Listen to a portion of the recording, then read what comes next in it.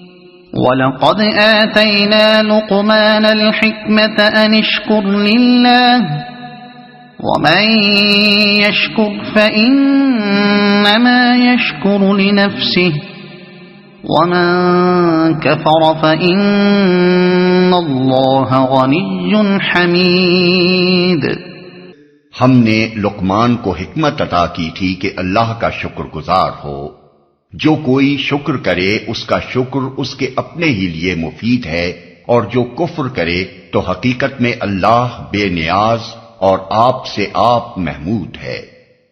ہم نے شرک کی تردید میں ایک پرزور عقلی دلیل پیش کرنے کے بعد اب عرب کے تمام لوگوں کو یہ بتایا جا رہا ہے کہ یہ معقول بات آج کوئی پہلی مرتبہ تمہارے سامنے پیش نہیں کی جا رہی ہے، بلکہ پہلے بھی عاقل و دانا لوگ یہی بات کہتے رہے ہیں، اور تمہارا اپنا مشہور حکیم لقمان اب سے بہت پہلے یہی کچھ کہہ گیا ہے۔ اس لیے تم محمد صلی اللہ علیہ وسلم کی اس دعوت کے جواب میں یہ نہیں کہہ سکتے کہ اگر شرک کوئی نامعقول عقیدہ ہے تو پہلے کسی کو یہ بات کیوں نہ سوجھی۔ لقمان کی شخصیت عرب میں ایک حکیم و دانا کی حیثیت سے بہت مشہور تھی۔ شعراء جاہلیت مثلا امرؤ القیس، لبید، اقشا، طرفہ وغیرہ کے کلام میں ان کا ذکر کیا گیا ہے۔ اہل عرب میں بعض پڑھے لکھے لوگوں کے پاس صحیفہ لقمان کے نام سے ان کے حکیمانہ اقوال کا ایک مجموعہ بھی موجود تھا۔ چنانچہ روایات میں آیا ہے کہ ہجرت سے 3 سال پہلے مدینے کا اولین شخص جو نبی صلی اللہ علیہ وسلم سے متاثر ہوا وہ سوید بن صامت تھا۔ وہ حج کے لیے مکہ گیا، وہاں حضور صلی اللہ علیہ وسلم اپنے قاعدے کے مطابق مختلف علاقوں سے آئے ہوئے حاجیوں کی قیام گاہوں پر جا کر دعوت اسلام دیتے پھر رہے تھے۔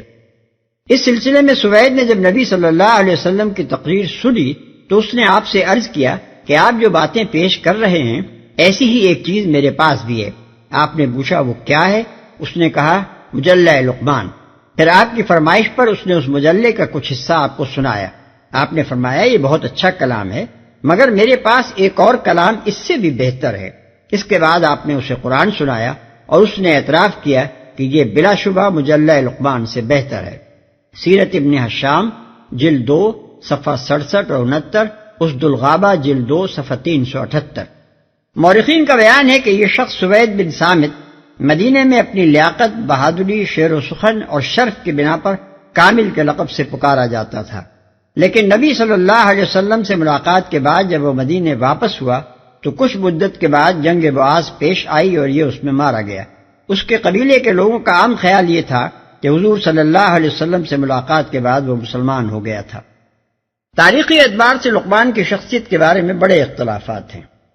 جاہلیت کی تاریخ صدیوں میں کوئی مدون تاریخ تو موجود نہ تھی، معلومات کا انحصار ان سینہ بسینہ روایات پر تھا جو سینکڑوں برس سے چلی آ رہی تھیں۔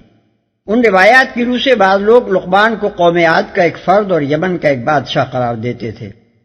مولانا سید سلیمان ندوی رحمۃ اللہ علیہ نے انہی روایات پر اعتماد کر کے ارض القرآن میں یہ رائے ظاہر کی ہے کہ قوم عاد پر خدا کا عذاب آنے کے بعد اس قوم کے جو اہل ایمان حضرت ہود علیہ السلام کے ساتھ بچ رہے تھے، لقمان انہی کی نسل سے تھا، اور یمن میں اس قوم نے جو حکومت قائم کی تھی یہ اس کے بادشاہوں میں سے ایک تھا۔ لیکن دوسری روایات جو بعض اکابر صحابہ و تابعین سے مروی ہیں اس کے بالکل خلاف ہیں۔ ابن عباس رضی اللہ عنہ کہتے ہیں کہ لقمان ایک حبشی غلام تھا۔ یہی قول حضرت ابو ہریرہ رضی اللہ عنہ، مجاہد، اکرمہ اور خالد الربیعی کا ہے۔ حضرت جابر بن عبداللہ انصاری کا بیان ہے کہ وہ نوبہ کا رہنے والا تھا۔ سعید بن مسیب کا قول ہے کہ وہ مصر کے سیاہ رنگ لوگوں میں سے تھا۔ یہ تینوں اقوال قریب قریب متشابہ ہیں، کیونکہ عرب کے لوگ سیاہ رنگ لوگوں کو اس زمانے میں عموماً حبشی کہتے تھے، اور نوبہ اس علاقے کا نام ہے جو مصر کے جنوب اور سوڈان کے شمال میں واقع ہے۔ اس لیے تینوں اقوال میں ایک شخص کو مصری، نوبی اور حبشی قرار دینا محض لفظی اختلاف ہے، معنی میں کوئی فرق نہیں ہے۔ پھر روض الانف میں سہیلی اور مروج الذہب میں مسعودی کے بیانات سے اس سوال پر بھی روشنی پڑتی ہے کہ اس سوڈانی غلام کی باتیں عرب میں کیسے پھیلی۔ ان دونوں کا بیان ہے کہ یہ شخص اصلاً تو نوبی تھا، لیکن باشندہ مدین اور ایلا یعنی موجودہ عقبہ کے علاقے کا تھا۔ اسی وجہ سے اس کی زبان عربی تھی اور اس کی حکمت عرب میں شائع ہوئی۔ مزید برآں سہیلی نے یہ بھی تصریح کی ہے کہ لقمان حکیم اور لقمان بن عاد دو الگ الگ اشخاص ہیں، ان کو ایک شخصیت قرار دینا صحیح نہیں ہے۔ روض الانف جلد 1 صفحہ 266، مسعودی جلد 1 صفحہ 57۔ یہاں اس بات کی تصریح بھی ضروری ہے کہ مستشرق دیرون بورگ نے پیرس کے کتب خانے کا ایک عربی مخطوطہ جو امثال لقمان الحکیم کے نام سے شائع کیا ہے، وہ حقیقت میں ایک موضوع چیز ہے جس کا مجلہ لقمان سے کوئی دور کا واسطہ بھی نہیں ہے۔ یہ امثال 13ویں صدی عیسوی میں کسی شخص نے مرتب کی تھی۔ اس کی عربی بہت ناقص ہے اور اسے پڑھنے سے صاف محسوس ہوتا ہے کہ یہ دراصل کسی اور زبان کی کتاب کا ترجمہ ہے جسے مصنف یا مترجم نے اپنی طرف سے لقمان حکیم کی طرف منسوب کر دیا ہے۔ مستشرقین اس قسم کی جعلی چیزیں نکال کر جس مقصد کے لیے سامنے لاتے ہیں وہ اس کے سوا کچھ نہیں ہے کہ کسی طرح قرآن کے بیان کردہ قصوں کو غیر تاریخی افسانے ثابت کر کے ساقط الاعتبار ٹھہرا دیا جائے۔ جو شخص بھی انسائکلوپیڈیا آف اسلام میں لقمان کے عنوان پر ہیلر یعنی بی ہیلر کا مضمون پڑھے گا، اس سے ان لوگوں کی نیت کا حال مخفی نہ رہے گا۔ اللہ کا شکر گزار ہو، یعنی اللہ کی بخشی ہوئی اس حکمت و دانائی اور بصیرت و فرزانگی کا اولین تقاضا یہ تھا کہ انسان اپنے رب کے مقابلے میں شکر گزاری و احسان مندی کا رویہ اختیار کرے، نہ کہ کفران نعمت اور نمک حرامی کا، اور اس کا یہ شکر محض زبانی جمع خرچ ہی نہ ہو بلکہ فکر اور قول اور عمل تینوں صورتوں میں ہو۔ وہ اپنے قلب و ذہن کی گہرائیوں میں اس بات کا یقین و شعور بھی رکھتا ہو کہ مجھے جو کچھ نصیب ہے خدا کا دیا ہوا ہے۔ اس کی زبان اپنے خدا کے احسانات کا ہمیشہ اعتراف بھی کرتی رہے اور وہ عملاً بھی خدا کی فرما برداری کر کے، اس کی معصیت سے پرہیز کر کے، اس کی رضا کی طلب میں دوڑ دھوپ کر کے، اس کے دیے ہوئے انعامات کو اس کے بندوں تک پہنچا کر اور اس کے خلاف بغاوت کرنے والوں سے مجاہدہ کر کے یہ ثابت کر دے کہ وہ فی الواقع اپنے خدا کا احسان مند ہے۔ آپ سے آپ محمود ہے، یعنی جو شخص کفر کرتا ہے اس کا کفر اس کے اپنے لیے نقصان دہ ہے، اللہ تعالیٰ کا اس سے کوئی نقصان نہیں ہوتا۔ وہ بے نیاز ہے، کسی کے شکر کا محتاج نہیں ہے، کسی کا شکر اس کی خدائی میں کوئی اضافہ نہیں کر دیتا، نہ کسی کا کفر اس امر واقعہ کو بدل سکتا ہے کہ بندوں کو جو نعمت بھی نصیب ہے اسی کی عطا کردہ ہے۔ وہ تو آپ سے آپ محمود ہے، خواہ کوئی اس کی حمد کرے یا نہ کرے۔ کائنات کا ذرہ ذرہ اس کے کمال و جمال اور اس کی خلاقی اور رزاقی پر شہادت دے رہا ہے، اور ہر مخلوق زبان حال سے اس کی حمد بجا لا رہی ہے۔ وَإِذْ قَالَ لُقْمَانُ لِابْنِهِ وَهُوَ يَعِظُهُ يَا بُنَيَّ لَا تُشْرِكْ بِاللَّهِ إِنَّ الشِّرْكَ لَظُلْمٌ عَظِيمٌ۔ یاد کرو جب لقمان اپنے بیٹے کو نصیحت کر رہا تھا تو اس نے کہا، بیٹا خدا کے ساتھ کسی کو شریک نہ کرنا، حق یہ ہے کہ شرک بہت بڑا ظلم ہے، کسی کو شریک نہ کرنا۔ لقمان کی حکیمانہ باتوں میں سے اس خاص نصیحت کو دو مناسبتوں کی بنا پر یہاں نقل کیا گیا ہے۔ اول یہ کہ انہوں نے یہ نصیحت اپنے بیٹے کو کی تھی، اور ظاہر بات ہے کہ آدمی دنیا میں سب سے بڑھ کر اگر کسی کے حق میں مخلص ہو سکتا ہے تو وہ اس کی اپنی اولاد ہی ہے۔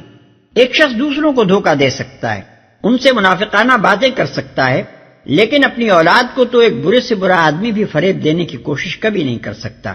اس لیے لقمان کا اپنے بیٹے کو یہ نصیحت کرنا اس بات کی صریح دلیل ہے کہ ان کے نزدیک شرک فی الواقع ایک بدترین فعل تھا، اور اسی بنا پر انہوں نے سب سے پہلے جس چیز کی اپنے لخت جگر کو تلقین کی وہ یہ تھی کہ اس گمراہی سے اجتناب کرے۔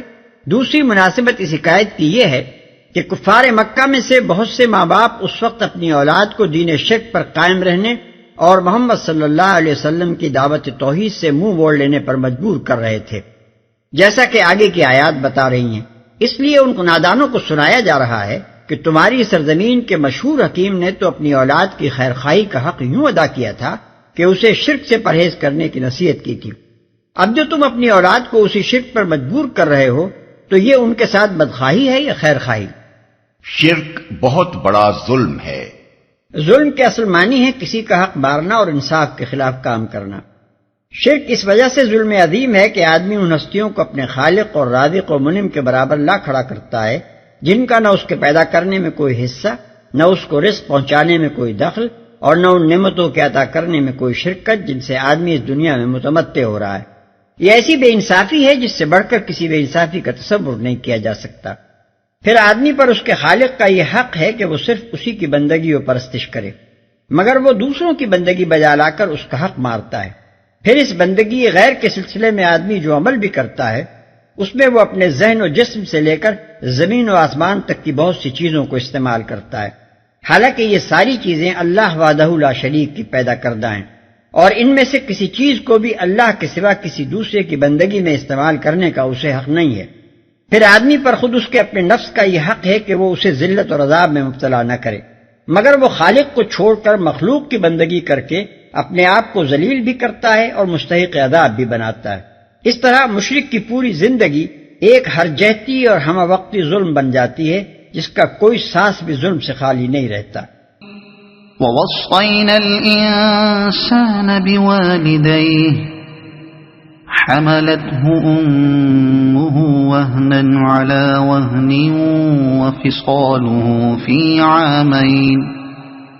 وَفِصَالُهُ فِي عَامَيْنِ أَنِ اشْكُرْ لِي وَلِوَالِدَيْكَ إِلَيَّ الْمَصِيرُ۔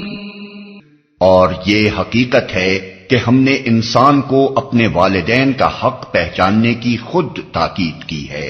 اس کی ماں نے ذوف پر ذوف اٹھا کر اسے اپنے پیٹ میں رکھا اور 2 سال اس کا دودھ چھوٹنے میں لگے، اسی لیے ہم نے اس کو نصیحت کی کہ میرا شکر کر اور اپنے والدین کا شکر بجا لا، میری ہی طرف تجھے پلٹنا ہے، اور یہ حقیقت ہے۔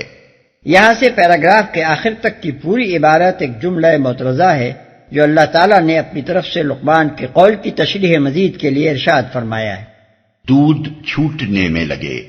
ان الفاظ سے امام شافعی رحمۃ اللہ علیہ، امام احمد رحمۃ اللہ علیہ، امام ابو یوسف رحمۃ اللہ علیہ اور امام محمد رحمۃ اللہ علیہ نے یہ نتیجہ اخذ کیا ہے کہ بچے کی مدت رضاعت 2 سال ہے۔ اس مدت کے اندر اگر کسی بچے نے کسی عورت کا دودھ پیا ہو تب تو حرمت رضاعت ثابت ہوگی، ورنہ بعد کی کسی رضاعت کا کوئی لحاظ نہ کیا جائے گا۔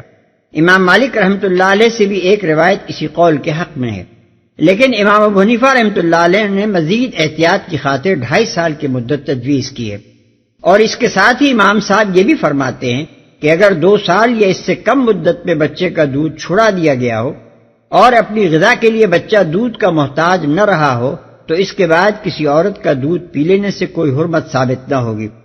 البتہ اگر بچے کی اصل غذا دودھ ہی ہو تو دوسری غذا تھوڑی بہت کھانے کے باوجود اس زمانے کی رضاعت سے حرمت ثابت ہو جائے گی، اس لیے کہ آیت کا منشا یہ نہیں ہے کہ بچے کو لازماً 2 سال ہی دودھ پلایا جائے۔ سورہ بقرہ میں ارشاد ہوا ہے والوالدات یرضعن اولادہن حولین کاملین لمن اراد ان یتم الرضاعہ، یعنی مائیں بچوں کو پورے 2 سال دودھ پلائیں اس شخص کے لیے جو رضاعت پوری کرانا چاہتا ہو۔ آیت 233۔ ابن عباس رضی اللہ عنہ نے ان الفاظ سے یہ نتیجہ اخذ کیا ہے، اور اہل علم نے اس پر ان سے اتفاق کیا ہے کہ حمل کی قلیل ترین مدت 6 ماہ ہے، اس لیے کہ قرآن میں ایک دوسری جگہ فرمایا گیا ہے وَحَمْلُهُ وَفِصَالُهُ 30 شَهْرًا، یعنی اس کا پیٹ میں رہنا اور اس کا دودھ چھوٹنا 30 مہینوں میں ہوا۔ الاحقاف آیت 15۔ یہ ایک اہم قانونی نکتہ ہے جو جائز اور ناجائز ولادت کی بہت سی بحثوں کا فیصلہ کر دیتا ہے۔ وَإِن جَاهَدَاكَ عَلَىٰ أَن تُشْرِكَ بِي مَا لَيْسَ لَكَ بِهِ عِلْمٌ فَلَا تُطِعْهُمَا وَصَاحِبْهُمَا فِي الدُّنْيَا مَعْرُوفًا وَاتَّبِعْ سَبِيلَ مَنْ أَنَابَ إِلَيَّ ثُمَّ إِلَيَّ مَرْجِعُكُمْ فَأُنَبِّئُكُم بِمَا كُنتُمْ تَعْمَلُونَ۔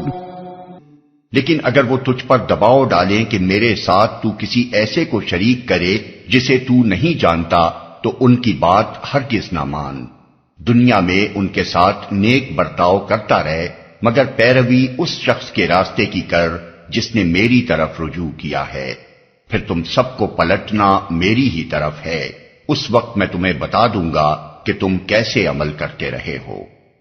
جسے تو نہیں جانتا یعنی جو تیرے علم میں میرا شریک نہیں ہے، پلٹنا میری ہی طرف ہے، یعنی اولاد اور والدین سب کو۔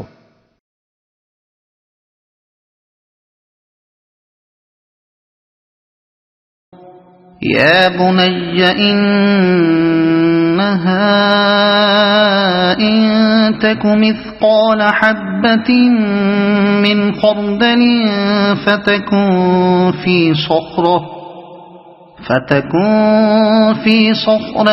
أو في السماوات أو في الأرض يأت بها الله إن اللہ لطیف خبیر۔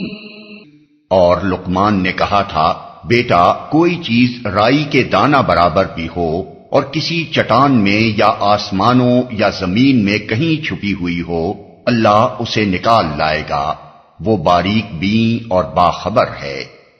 اور لقمان نے کہا، لقمان کے دوسرے نصائح کا ذکر یہاں یہ بتانے کے لیے کیا جا رہا ہے کہ عقائد کی طرح اخلاق کے متعلق بھی جو تعلیمات نبی صلی اللہ علیہ وسلم پیش کر رہے ہیں وہ بھی عرب میں کوئی انوکھی باتیں نہیں ہیں۔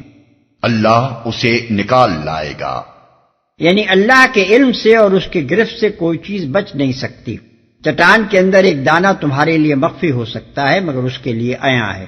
آسمانوں میں کوئی ذرہ تم سے بعید ترین ہو سکتا ہے مگر اللہ کے لیے وہ بہت قریب ہے۔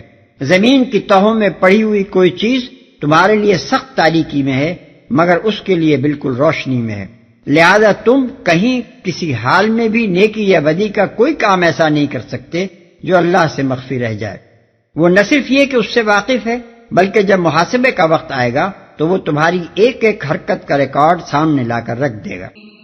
يا بني أقم الصلاة وأمر بالمعروف وانه عن المنكر واصبر على ما أصابك إن ذلك من عزم الأمور ولا تصعر خدك للناس ولا تمش في الأرض مرحا ان اللہ لا يحب كل مختال فخور۔